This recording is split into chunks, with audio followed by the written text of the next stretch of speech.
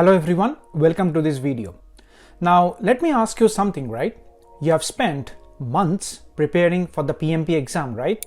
You have read the guides, solved mock questions, watched videos, attended training sessions, and yet the night before the exam, your heart is pounding, your mind is racing, you are breaking into a cold sweat, and you can't barely sleep. Sounds familiar, right? So here's the thing. PMP exam anxiety is real for sure, okay? And it affects far more candidates than you'd think. I have coached hundreds of aspiring project managers over the last 6 years, and I can tell you with confidence that exam anxiety is one of the most underrated reasons why even the most well-prepared candidates either underperform or have a nervous breakdown on the exam day. But here is what I want you to understand today, right? Anxiety before a high-stakes exam is not a character flaw. It's not a sign that you are not cut out for this. It's a completely natural human response phenomena, and more importantly, it's something you can overcome with the right approach. So in this video, I'm going to walk you through 5 practical and proven strategies to help you overcome the PMP exam anxiety, perform at your best on the exam day, and walk out of that test center or close that laptop if you are writing the exam from home with the confidence of someone who has really earned it. Now make sure you stay with me till the end of this video, okay? Because the 5th strategy is the one most candidates completely overlook, and yet it can make the single biggest difference on your stress levels during the entire PMP exam preparation journey. Let's get into it. Alright, let's start with the first and the most foundational strategy, and I'll be very direct with you here, okay? If you take nothing else from this video, at least take this one. The number one root cause of PMP exam anxiety is inadequate preparation, period. Now I know that sounds obvious, right? But here's what most candidates miss. They confuse being busy with being prepared. They spend weeks watching videos, attending webinars, making notes, but never actually consolidating their understanding into a solid, structured knowledge base. And when the exam day arrives, the mind knows the difference. It really knows when the foundation for you is shaky, and this is exactly when panic sets in. Think about it this way.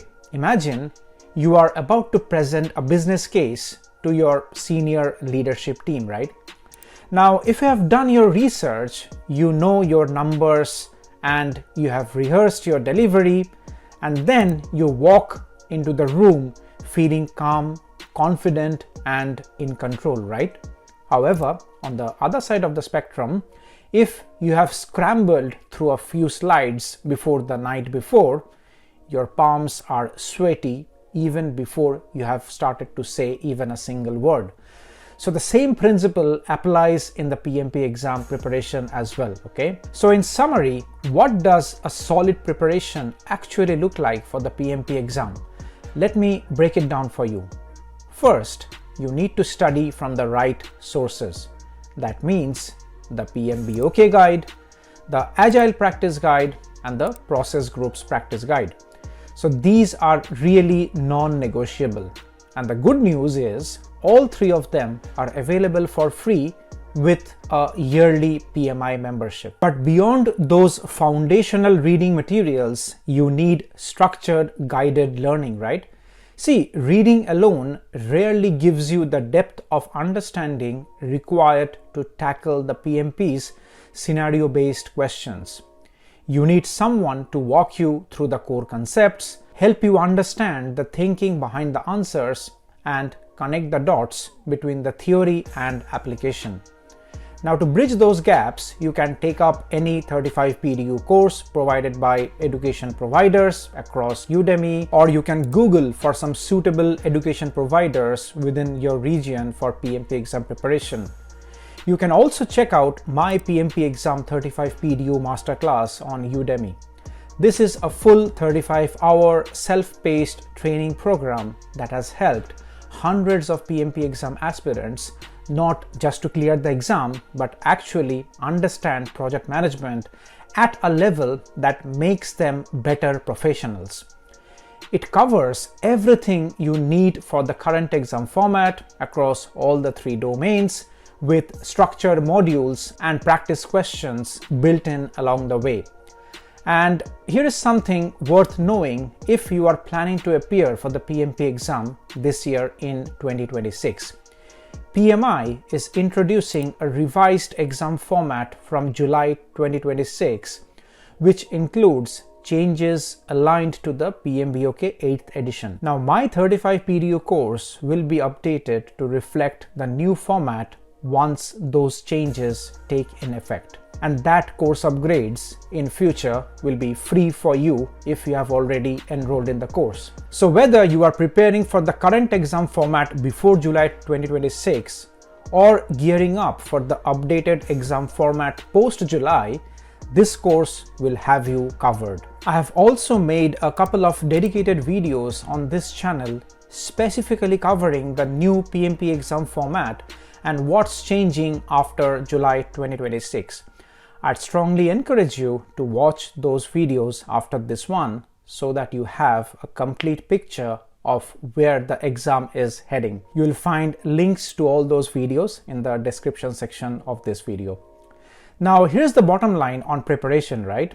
The more prepared you are, the quieter the anxiety becomes. Now, it doesn't disappear entirely, right? But it stops taking precedence over your performance, and that's what matters. Structured, high-quality preparation is your first and most powerful weapon against exam day anxiety, okay? All right, moving on to the second strategy. And this one is where a lot of candidates cut corners and they pay the price for it on the exam day. Mock exams. Specifically, mock exams, which are ideally to be written under real exam-like conditions. I hope you understand this, right? There is a big difference between solving a few practice questions casually over a cup of coffee and sitting down for a full timed 180 question simulation with 0 distractions. The first, of course, builds familiarity. However, the second builds resilience. And resilience is what carries you through the actual exam when the pressure is on, right? So when you repeatedly practice under timed conditions, a couple of things happen. Firstly, your brain stops treating the exam environment as a threat. And secondly, your decision making becomes sharper because you have trained yourself and your mind to think clearly and reasonably under pressure. That's exactly what reduces anxiety on the exam day. Now, when it comes to the available mock exams in the market, you can practice questions from the PMI study hall. That is a repository which is from PMI directly, and it will give you a very good idea of how actual PMP exam questions feel like in the PMP exam. Also, there are a lot of mock simulators available in the market on Udemy. You can make the best choice on what suits the best for you. So please read the reviews as well if that makes you a bit more confident about the instructor, and go for the simulators which you think is the best. The underlying principle of using a mock simulator to sort of help you prepare for the exam and to get accustomed with the exam environment stays the same, irrespective of whichever mock simulator you are using for your exam preparation. Now let's talk about the exam day itself, because even the best prepared candidates can become shaky if their mindset isn't right when they sit down in front of the screen during the exam. So here's the first thing I want you to remember, okay? Every PMP exam has tough questions, every single one. So when you hit a question that makes you pause, that's not a sign that something has gone wrong, okay? That's just the exam doing what it is supposed to do and what it's designed to do, okay? Because the mistake most candidates make is sort of a vicious cycle, okay? One difficult question shakes their entire confidence, and suddenly they are second guessing everything that follows. So here's the rule. If a question is genuinely stumping you, flag it, make your best guess, and move on. A pass is a pass in the PMP exam, right? Nobody will ask you later how long you spent on question number 47, right?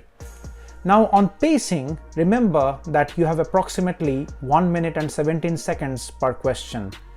Treat that as a hard boundary and use it mercilessly. And please take both of your 10-minute breaks, okay? They don't count against your exam time, so it would be foolish to not take them. Step away, breathe, and reset. I've seen candidates skip breaks trying to create, I don't know what, some kind of a world record on how fast they can complete the exam, right? And then completely fall apart in the final set because they have not taken any mandatory breaks. So please don't become that person. All right, strategy number 4, and this one is something which many candidates underestimate until it's too late, which is your physical and mental well-being weeks before the exam day. See, most aspirants are so focused on cramming those last few concepts in the final days that they completely neglect their body and their well-being. And here's the uncomfortable truth, right? You can have the strongest knowledge base in the room, but if you walk into that exam running, let's say, on 3 hours of sleep and skipped meals and zero physical movement for a week, your brain simply will not perform at its best, okay? It's basic biology. So here is what I would recommend. In the final week of the exam, start winding down your study intensity gradually. Prioritize 7 to 8 hours of sleep at least every night without any compromise. Eat well, stay hydrated, and get some light exercise each day, even if it's just a 20-minute walk. Now, these aren't luxuries, okay? They are performance essentials, and they are even essential than your subject knowledge at this stage. And what would you do the night before the exam? Do not open a textbook, okay? Do not solve any mock questions. Instead, do something that genuinely relaxes you.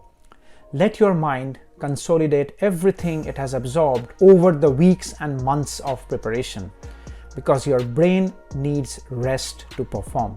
Makes sense? And finally, strategy number 5, and this one is perhaps the most liberating thing I will say in this entire video. And if you have stayed with me till this point of the video, you will find it rewarding. Stop treating the PMP exam as a high stakes event, okay? Because honestly, it isn't.